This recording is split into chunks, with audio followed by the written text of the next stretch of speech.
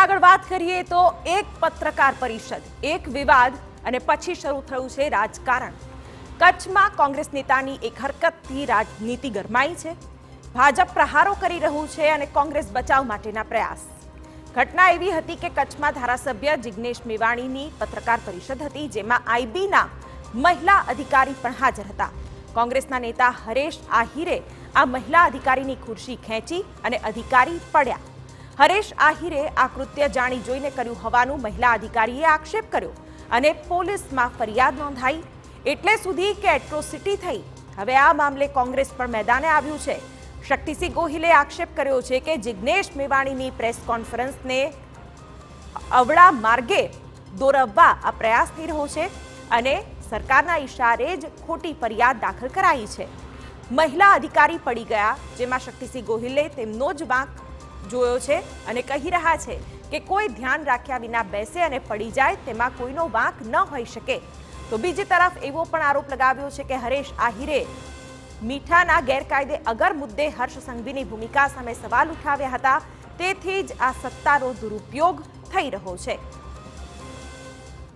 ગૃહમંત્રી હર્ષભાઈ સંઘવીને છે, તમે પોતે વિધાનસભામાં આંકડા આપ્યા છે કે રોજે 6 બળાત્કાર આપણા ગુજરાતમાં થાય છે. શરમ થવી જોઈએ તમને. તમે કોઈ દિવસ ટ્વીટ કર્યું? કોઈ બેન દીકરીને તકલીફ આવી, બળાત્કાર થયો, કોઈ દલિત પર અત્યાચાર થયો, ટ્વીટ કર્યું ક્યારે? એ નહીં કરવાનું. પણ જિગ્નેશભાઈની મેવાણીની ખોટી ફરિયાદ કરાવી અને તરત ટ્વીટ કરવા માંડવાનું છે તમારે.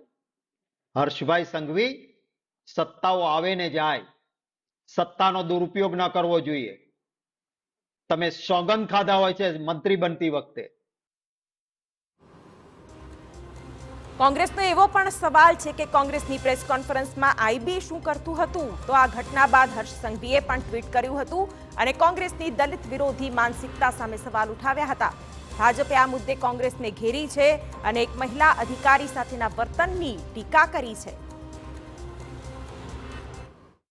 આયોજિત કાવતરું એટલા માટે હું કહું છું એને કે એ મહિલાને તેઓ ઓળખતા હતા અને એમને પોતે ઈરાદાપૂર્વક આ કામ કર્યું છે. જ્યારે કોંગ્રેસના નેતાઓ લાજવાની જગ્યાએ ગાજી રહ્યા છે અને કહી રહ્યા છે કે આઈબીના અધિકારી ત્યાં શું કરતા હતા. અરે આઈબીના અધિકારીની શું ફરજ છે એ કોંગ્રેસના નેતાઓને ખબર નથી. અને જે વ્યક્તિ બોલી રહ્યા છે, ધારાસભ્ય કક્ષાના નેતા હોય કે કોંગ્રેસના પ્રદેશ કક્ષાના નેતા હોય કે એમના પ્રવક્તાઓ હોય, એમને ખબર નથી કે આઈબીના અધિકારીઓની શું ફરજો છે. ભારતીય જનતા પાર્ટીના કોઈ પણ કાર્યક્રમો હોય ને તો પણ આઈબીના અધિકારી ત્યાં આવતા હોય છે. કોણ આવે છે, કોણ જતું હોય છે, એની તપાસ રાખતા હોય છે અને એનો વિડીયો પણ ઉતારતા હોય છે. તો એમને કોંગ્રેસને સત્તાઓ જ્યારે હતા કે સત્તા ઉપર નહોતા, પણ એક આઈબીના અધિકારીની જ્યારે ફરજ શું છે એ ખબર ન હોય તો મને એવું લાગે છે કે કોંગ્રેસના પદાધિકારીઓએ ઢાંકણીમાં પાણી લઈને ડૂબી મરવું જોઈએ કે એક અધિકારીઓની ફરજ એમને ખબર નથી.